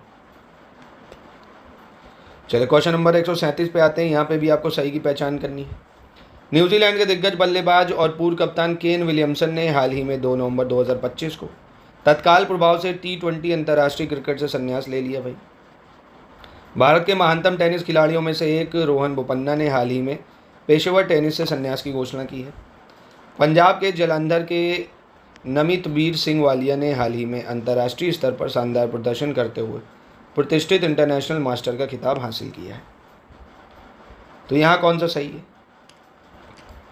तो यहाँ आप देखेंगे तीनों ठीक है। चलिए अगला है, इसमें भी सही की पहचान करनी है, करंट अफेयर से संबंधित है। हाल ही में कोल इंडिया लिमिटेड ने एक सेंटर फॉर सस्टेनेबल एनर्जी की स्थापना करने के लिए IIT मद्रास के साथ एक समझौता किया है। भारत और अमेरिका ने 31 अक्टूबर 2025 को रक्षा और सुरक्षा सहयोग को सशक्त बनाने के लिए 10 वर्षीय ढांचा समझौते पर हस्ताक्षर किया है। हाल ही में मुंबई में आयोजित इंडिया मैरीटाइम वीक 2025 में विशाखापट्टनम पोर्ट अथॉरिटी ने 39,216 करोड़ मूल्य के कई समझौते ज्ञापन पर हस्ताक्षर किए हैं। तो यहाँ कौन सा सही है? तो ये तीनों ठीक है। 139 में भी सही की पहचान करनी है। संयुक्त अरब अमीरात ने हाल ही में केंद्रीय बैंक की डिजिटल मुद्रा डिजिटल दिरहम का उपयोग करके अपना पहला सरकारी लेन देन 2 मिनट से भी कम समय में पूरा किया है। भारत श्रीलंका ने हाल ही में कोलंबो विश्वविद्यालय में 10 नवंबर 2025 को साझा सांस्कृतिक विरासत का जश्न मनाते हुए संस्कृत महोत्सव का शुभारंभ किया है। बांग्लादेश हाल ही में 2025 में संयुक्त राष्ट्र जल सम्मेलन में आधिकारिक रूप से शामिल होने वाला पहला दक्षिण एशियाई देश बन गया है। तो यहाँ कौन सा सही है? तो ये तीनों ठीक है। चलिए 140 देखते हैं, यहाँ पे आपको बताना है कौन सा सही होगा। हृदय एवं ऑक्सीजन युक्त रक्त प्राप्त करने वाला सबसे निकटतम अंग है। सेरिब्रम मस्तिष्क का वह भाग है जो मुद्रा और संतुलन बनाए रखने के लिए जिम्मेदार होता है। सेरिब्रम मस्तिष्क का सबसे बड़ा भाग है और स्वैच्छिक क्रियाओं, स्मृति और अन्य कार्यों को नियंत्रित करता है। और इम्फाइसीमा एक प्रकार का क्रॉनिक ऑब्स्ट्रक्टिव पल्मोनरी रोग है जो फेफड़ों को प्रभावित करता है। तो यहाँ पे आप देखेंगे सिर्फ पहला और चौथा सही हो जाएगा, ठीक है। दूसरा क्यों गलत? क्योंकि सेरिब्रम जो है ये संतुलन बनाए रखने के लिए जिम्मेदार होता है ना। पर यहाँ है सेरिब्रम, यहाँ होना चाहिए था सेरिबेलम, है ना, इसलिए गलत हो जाएगा। और यहाँ होना चाहिए था सेरिब्रम, इसलिए ये दोनों गलत है। चलो, इसमें कह रहा है निम्नलिखित में से गलत सुमेलित विकल्प का चयन करना है। इंसुलिन, प्रोटीन और प्रोस्टेट ग्रंथि, एस्ट्रोजन, नॉर हार्मोन और कोलेक्सीफेरॉल विटामिन। तो कौन सा इनकरेक्ट है? तो है एस्ट्रोजन जो है एक मादा हार्मोन है ना, नर हार्मोन नहीं है, ये एक मादा हार्मोन है। अब इसमें सही की पहचान करनी। कम वायुमंडलीय दबाव के कारण N2O2 के साथ मिलकर ऑक्साइड बनाता है जिसे यात्री या चालक डल सांस के माध्यम से अंदर ले लेते हैं। अंतरिक्ष के वातावरण में माइक्रोग्रेविटी के संपर्क में आने से अंतरिक्ष यात्रियों को हड्डियों से कैल्शियम खाने के लिए प्रेरित करता है। और बोगनविलिया को वाहनों के प्रदूषकों के अवशोषण के लिए सड़क के किनारे लोकप्रिय रूप से लगाया जाता है। तो यहाँ पे कौन सा जो है सही हो जाएगा? तो ये तीनों सही। क्वेश्चन 143 देख लेते हैं। ये शाखाएं और अध्ययन है, जैसे मिर्मेकोलॉजी चींटियों का अध्ययन, और ऑर्निथोलॉजी पक्षियों का अध्ययन, टेटोलॉजी पोषण एवं पोषण विधियों का अध्ययन, ट्रोफोलॉजी उपार्जित लक्षणों का अध्ययन। तो यहाँ आप देखेंगे 1 और 2 सही हो जाएगा, है ना, क्योंकि टेटोलॉजी की बात करें ये उपार्जित लक्षणों का अध्ययन करता है, और ट्रेफोलॉजी जो है ये पोषण एवं पोषण विधियों का अध्ययन करता है। 144 देख लेते हैं। 144 में आपको बताना है कौन सा सही है। मैग्नीशियम बहुत चमकदार सफ़ेद रंग का जलता है, इसलिए इसका उपयोग सफ़ेद चिंगारी जोड़ने या आतिशबाजी की समग्र चमक बढ़ाने के लिए होता है। जब किसी बंद कमरे में कोयला जलाया जाता है तो कार्बन मोनोऑक्साइड गैस उत्पन्न होती है जो घुटन और मृत्यु का कारण बनती है।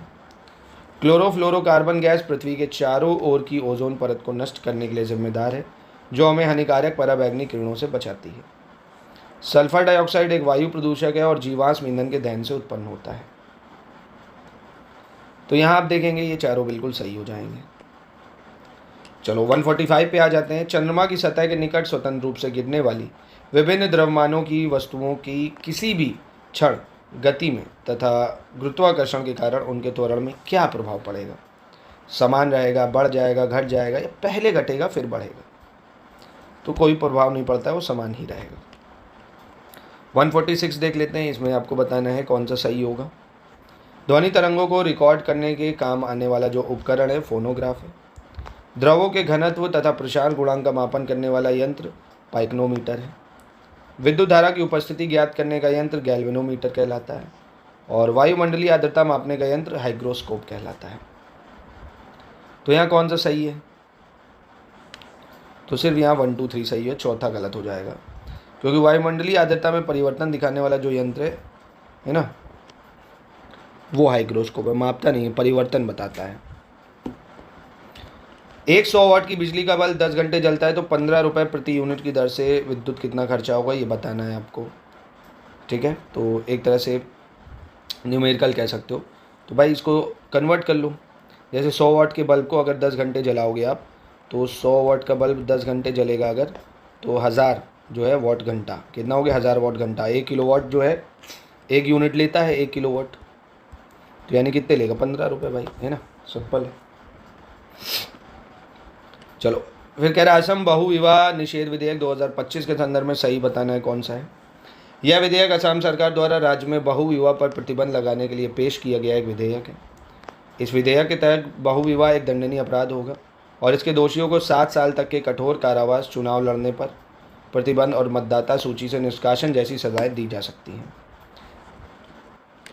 इस विधेयक का उद्देश्य विवाह कानूनी में कानूनी एकरूपता लाना और महिलाओं के अधिकारों को सशक्त बनाना है।